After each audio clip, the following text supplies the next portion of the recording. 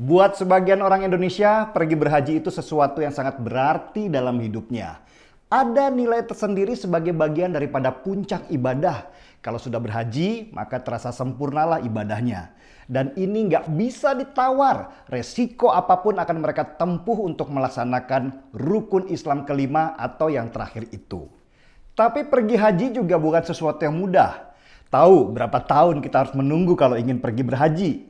Dari data yang saya dapat, untuk naik haji yang standar atau reguler, sejak mendaftar orang harus menunggu 11 bahkan sampai 30 tahun lamanya. Kalau pengen lebih cepat, itu pun nunggu 3 tahunan ya. Daftar yang ONH+, nginepnya di hotel bukan di tenda-tenda. Emang berapa sih ongkos pergi haji? Kalau yang reguler atau standar sekarang ongkosnya 35 sampai 44 jutaan rupiah. Bandingkan dengan ONH Plus yang harganya bisa 150 juta sampai 180 juta rupiah per orang. Jadi nggak murah ya untuk pergi berhaji karena orang harus mengorbankan banyak hal untuk mencoba menyempurnakan ibadahnya. Dan ini juga bukan mau-maunya pemerintah Indonesia. Karena yang menetapkan mulai kuota berapa orang dari Indonesia yang bisa berangkat sampai berapa harganya itu adalah pemerintah Saudi.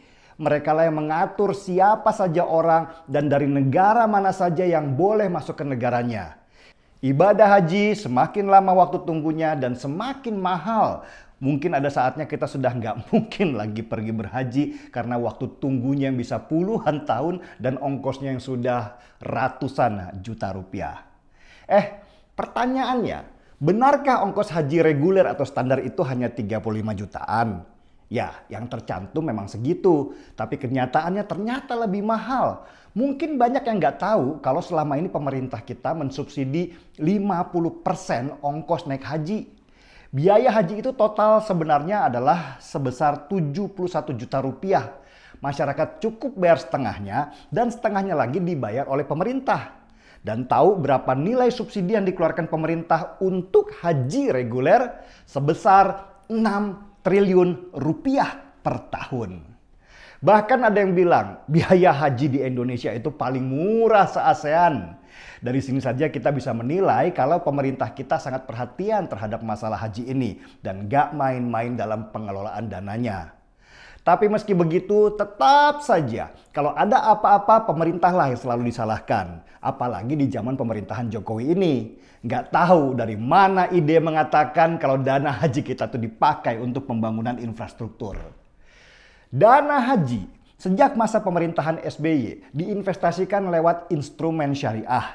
Pengelolanya bukan Kementerian Agama, tetapi Badan Pengelola Keuangan Haji atau BPKH. Sengaja dipilih investasi dengan muatan syariah karena ini berkaitan dengan dana untuk kegiatan agama. Kenapa dana umat untuk naik haji itu harus diinvestasikan? Ya supaya dapat keuntungan lah. Dan hasil dari keuntungan syariah itu untuk menutupi subsidi yang selama ini dilakukan pemerintah. Lah kok diinvestasikan? Nanti kalau rugi gimana? Nggak usah khawatir, pemerintah kita itu bukan orang bodoh. Mereka pasti investasikan dana itu ke tempat investasi yang aman. Ya, namanya aman berarti hasil baginya juga lebih kecil. Karena itulah pemerintah tetap harus subsidi karena hasil investasi itu gak cukup untuk menutupi 50% subsidi ongkos naik haji. Dan jangan takut uang itu hilang karena pemerintah menjamin semuanya. Fokus aja pada ibadah, masalah lain biarlah urusan pemerintah. Selama ini gak ada masalah dengan masalah penyelenggaraan haji sampai pada akhirnya kita memasuki masa pandemi yang mengubah banyak tatanan di seluruh negara. Saudi langsung menutup negaranya. Tahun 2020 gak ada satupun jemaah haji dari Indonesia yang bisa berangkat ke Saudi. Kecewa? Ya pastilah. Bayangkan sudah nunggu belasan tahun pas hari hanya gak jadi berangkat. Akhirnya harus mengubur dalam-dalam mimpi untuk berhaji karena kuota 2021 sudah menunggu antrian yang lain.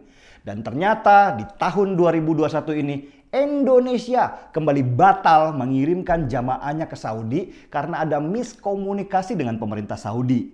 Indonesia menganggap pemerintah Saudi belum membuka negara mereka karena pandemi. Dan alasan Indonesia ini benar, karena biasanya sebelum hari haji, pemerintah Saudi sudah memberikan berapa kuota orang di Indonesia yang boleh berangkat. Nah, karena nggak dikasih kuotanya oleh Saudi inilah akhirnya diputuskan haji tahun ini di Indonesia ditiadakan. Pemerintah Saudi juga nggak mau disalahkan dan disinilah keributan itu terjadi.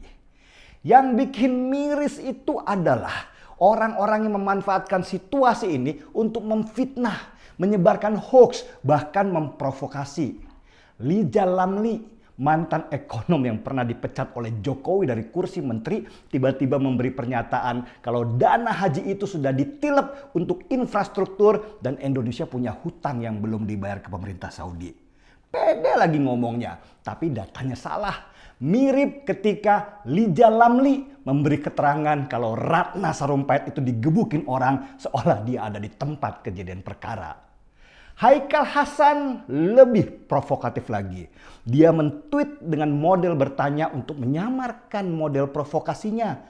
Dan salah satu pertanyaan dia adalah kenapa dana haji dipakai? Ini bahaya sekali. Ada orang-orang yang menari di atas kesedihan orang lain yang tidak bisa berangkat haji karena pandemi. Tweetnya kemudian dihapus dan Haikal Hasan minta maaf. Tetapi fitnahnya sudah menyebar kemana-mana dan dimakan banyak orang awam. Sudah seharusnya provokasi seperti yang dilakukan Lija Lamli dan Haikal Hasan ini dapat perhatian lebih dari polisi. Karena kalau model seperti ini dibiarkan dan tidak dihukum, bisa-bisa orang percaya kebohongan mereka. Kebohongan yang terus-menerus lama-lama akan dianggap sebagai kebenaran. Sampai sekarang trending di Twitter tagar tangkap Haikal Hasan. Mungkin sudah banyak orang yang muak dengan provokasi Haikal, tapi seolah dia dibiarkan. Semoga dalam waktu dekat ini kita bisa mendapat kabar baiknya. Mari kita seruput kopinya. Markiwal, mari kita kawal tangkap Haikal. Saya Denny Siregar, kita di acara Timeline.